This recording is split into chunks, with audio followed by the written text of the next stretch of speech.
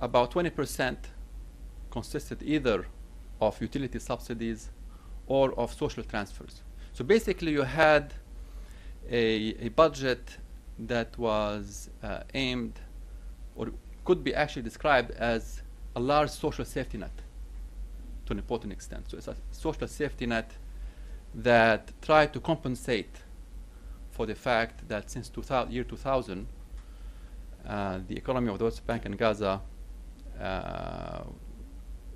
was passed through very difficult conditions, and very tight restrictions were imposed on the movement of people and goods. So what we call restrictions of movement and access. As a consequence of that, private sector growth suffered a lot, and the economy itself shrunk tremendously. I'll try just, maybe violating my rule, but just to give you a sense of the decline, decline in economic activity that took place between 2000 and 2007. Real GDP per capita declined by about 30%. So people were, on average, 30% worse off in 2007 compared to 2000. And that pushed really the government to use its budget, its public expenditures, as a social safety net to compensate for that. Now, what it means is that in the context of limited donor funds, you had a diversion of resources from areas that are conducive to growth, which is public investment, which is investment in human capital, and towards really areas that just help people lead a normal life, provide the basic needs of people. So the challenge of the Palestinian Authority was first to try to target the social assistance to the truly needy people. Public employment was not to be used anymore as a kind of social safety net, as part of the social safety net, but try to actually use a system of well-targeted transfers and to limit the increase in public employment to health and education. Second, the task was to actually, by the same token, phase out all the subsidies except for the truly needy, for the poor people. Of course, politically that was very challenging, because you are doing so, you are actually having fiscal retrenchment in a situation where the economy is shrinking, or it has the experience of very sharp shrinkage, and people were expecting at least that donor aid and donor public investment would compensate for that. So basically it was a situation where you had crisis management as opposed to a policy that is aimed at true development. Now, if you look at the 3-year program that the PA had, it really targeted first a reduction in the recurrent fiscal deficit. It said, well, look, we are going to actually reduce, given the constraint on donor financing, we're going to reduce the recurrent budget deficit towards a sustainable level, towards a level which really aims at the long run to use only domestic resources, domestic revenue. And that would allow a shift in donor aid from the recurrent budget, that's really effectively a big social safety net, and towards more productive areas that are conducive to growth. So far, we have the picture is as follows. There has been a substantial adjustment in 2008. In 2009, the adjustment continued, but was disrupted really by the war in Gaza. The war in Gaza added $300 million to the budget, and therefore the orderly fiscal adjustment that was intended had to be really qualified because of the emergency spending that had to actually take place in Gaza.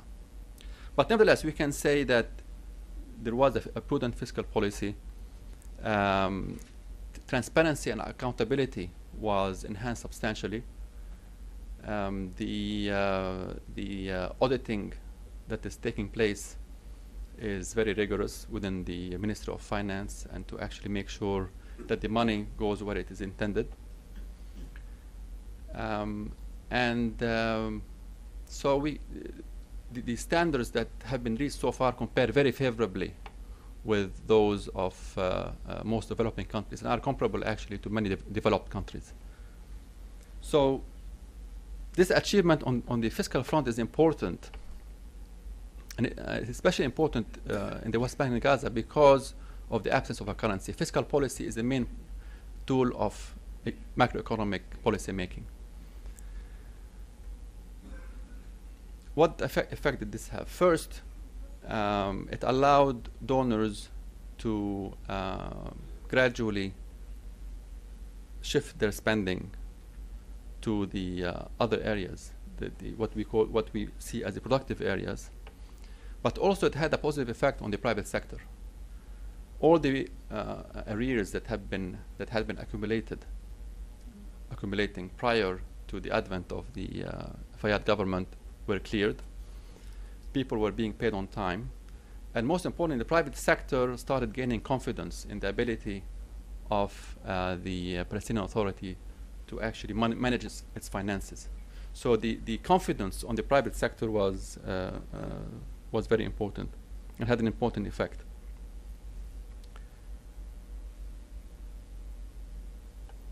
Now, when one looks at growth and the determinants of growth, and trying to actually grasp the importance of the private sector, GDP, you have private consumption plus private investment, and then you have private public consumption and public investment and net exports. Net exports is constrained in the West Bank and Gaza by the fact that you had very tight restrictions on movement and access, but also you had no direct outlet to external markets.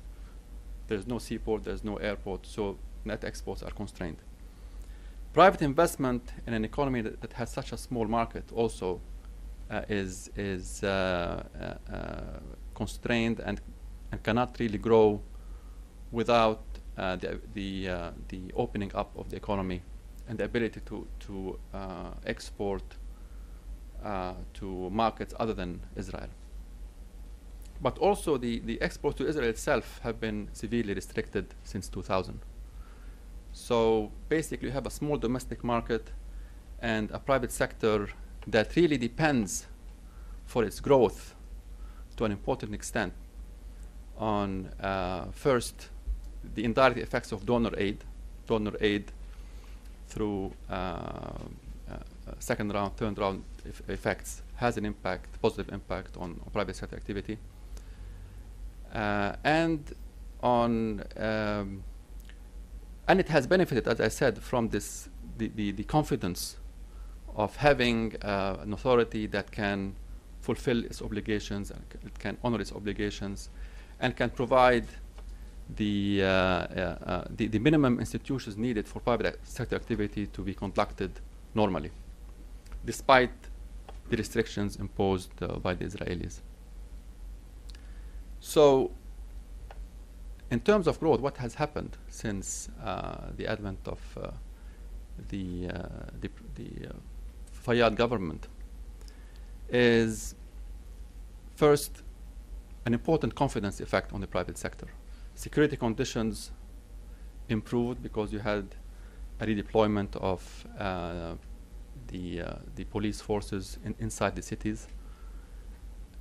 You had the private sector being paid on time, the providers of goods and services to the Palestinian Authority being paid on time, and arrears that had been the domestic debt that had accumulated was settled. First. Second, the reforms of the Palestinian Authority in institutions